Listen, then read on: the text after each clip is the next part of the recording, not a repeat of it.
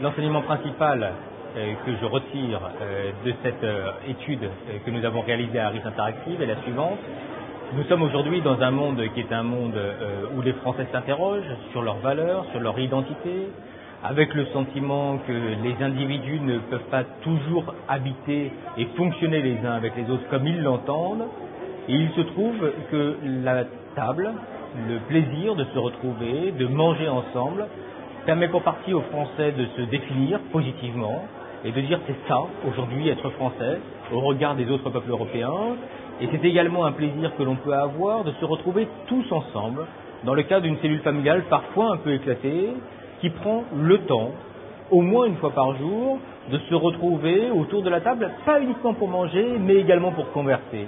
Et donc il y a derrière le plaisir de l'alimentation, qui est un vrai plaisir aujourd'hui dans la société française, le plaisir de se retrouver les uns les autres, de pouvoir échanger et de pouvoir partager un moment qui apparaît comme étant un moment absolument particulier, absolument singulier, que l'on souhaite absolument voir préservé à l'avenir dans la société française et que l'on souhaite voir également préservé dans le cadre de sa structure familiale.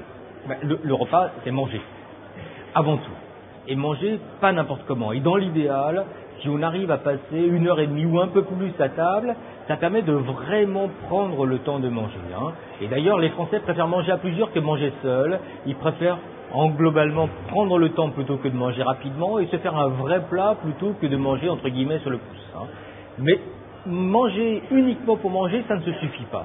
Manger, c'est également un moment où on peut parler non seulement de la nourriture, non seulement de ce qu'on a dans l'assiette, mais également, d'une manière générale, de ce qu'on a vécu dans la journée, de ce qu'on peut vivre dans les heures ou les jours à venir. Et donc, ça se fait à plusieurs. Donc, l'alimentation, le plaisir d'être à table, une certaine forme de définition de ce qu'est le manger en France, c'est manger bien, manger des bons produits, mais manger à plusieurs et prendre le temps de pouvoir échanger. Il faut éteindre le téléphone, il faut fermer le journal, il ne faut pas consulter les mails ou Internet.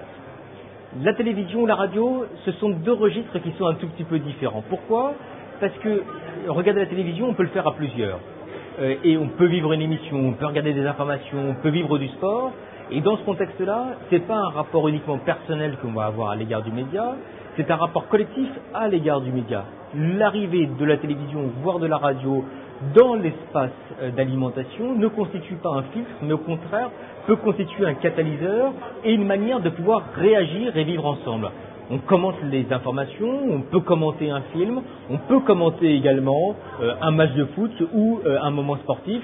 Donc la télévision ou la radio font un peu exception à ce modèle de partage, même si, dans l'idéal, si on peut la mettre de côté, pourquoi pas.